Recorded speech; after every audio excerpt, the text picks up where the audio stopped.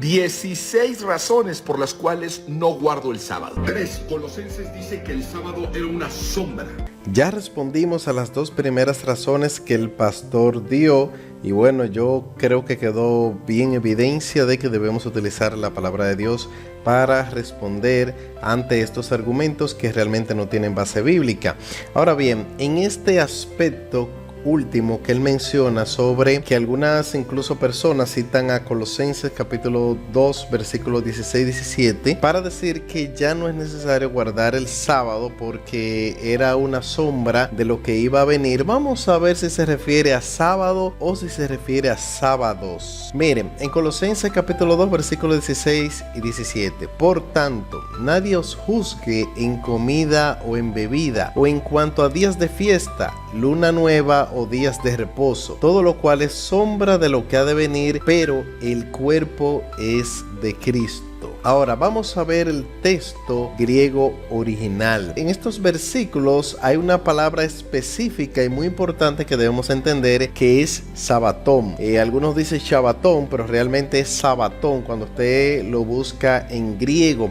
Esto puede traducirse como días de reposo o sábados en plural, no en singular. También ahí hay otras palabras y otras palabras claves que son muy importantes, como esquiatón melotón, que es sombra de las cosas venideras, y todo somatou Cristo, pero el cuerpo es de Cristo.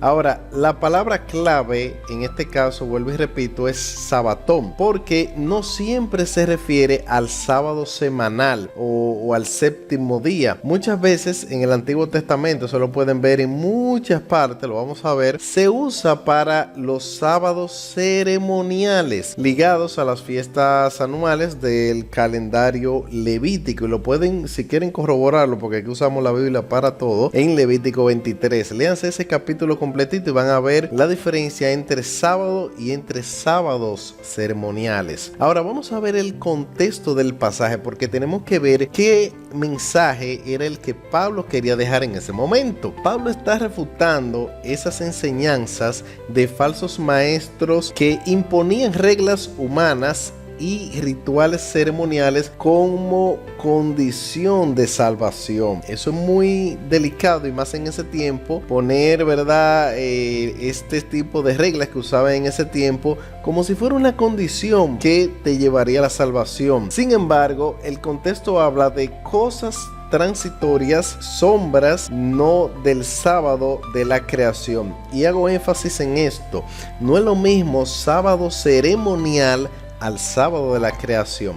Por ejemplo, en Levítico 23 se detallan fiestas como la Pascua, el Pentecostés, Día de la Expiación, etcétera. Hay muchas cositas más, las cuales eran llamados sábados, incluso si no caían en el sábado semanal. Eso realmente pues lo conocen bastantes teólogos hoy en día, porque es muy claro, según lo que se menciona ahí en Levítico 23, ya que estos eran sábados que muchas veces incluso no caían sábados, pero sí se le llamaba sábados. Estas fiestas eran sombra de Cristo, eso es real. Por ejemplo, la Pascua apuntaba al sacrificio de Jesús, al Cordero de Dios. Ya hemos hablado, bueno, en el video anterior hablamos parte de eso también. Pero el sábado del séptimo día no fue una sombra, sino un memorial de la propia creación, y esa palabra creación es importantísima. Veamos esa distinción bíblica que debe ser clara cuando nosotros estudiamos entre el sábado semanal y los sábados ceremoniales,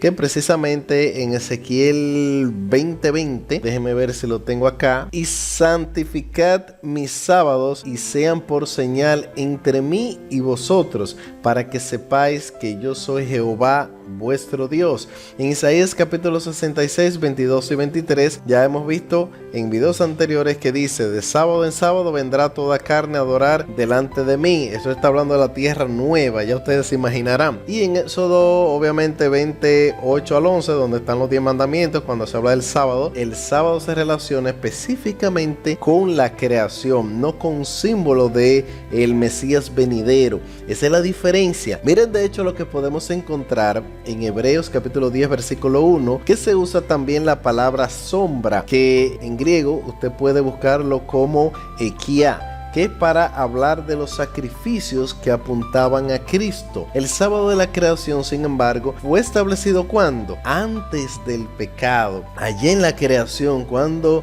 Jesús reposó al séptimo día de toda la creación que había hecho. Se pasó el primero, el segundo, el tercero, el cuarto, el quinto y el sexto creando todo, ¿verdad? Todo lo que nosotros podemos ver, al menos cuando de por sí era perfecto. Sin embargo, el sábado, pues el día séptimo fue el que Dios eligió para reposar, y no solamente para eso, sino para demostrarle con su ejemplo al ser humano que ese era el día que debía apartar para Dios. Y además que podemos ver que Dios siempre aparta algo para él, aunque generalmente es mucho menos de las cosas que nos da adicionales. E incluso lo podemos ver en el Edén, que todos los árboles podían comer menos uno, sencillamente el árbol del bien y del mal. En resumen, incluso Elena White en el libro El conflicto de los siglos, en la página 581, ustedes pueden buscar que el sábado no fue dado como sombra del Mesías, sino como un memorial de la creación. Hace énfasis en la creación.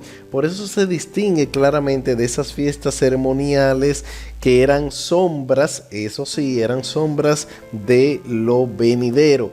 Pero en conclusión teológica, ahí debemos tomar 3 puntos claves: el origen, el propósito y la vigencia. El origen, ya vimos que en Génesis capítulo 2 versículo 1 al 3, pues ahí se instituyó el sábado en la creación, en lo que fue un mundo incluso sin que existiera el pecado. Lo otro es el propósito, memorial de la creación y pacto perpetuo. Y finalmente la vigencia, el cual podemos ver que en Isaías capítulo 66, 23, ahí está hablando de la tierra nueva, de que el sábado será para siempre. Por lo tanto, este capítulo de Colosenses 2, 16, 17 no anula para nada el cuarto mandamiento, que es guardar el sábado, sino los sábados ceremoniales, que eran parte obviamente del sistema levítico abolido en la cruz. Debemos hacer esa diferencia. De hecho, hay una lista de estos sistemas ceremoniales que fueron abolidos, como lo fueron los sacrificios de corderos, que eran una representación de lo que iba a venir sobre la muerte de Cristo. Dios te bendiga, no te pierdas el siguiente episodio, que viene esto picante, obviamente, para aprender más de la palabra de Dios. Comparte, síguenos más de cerca.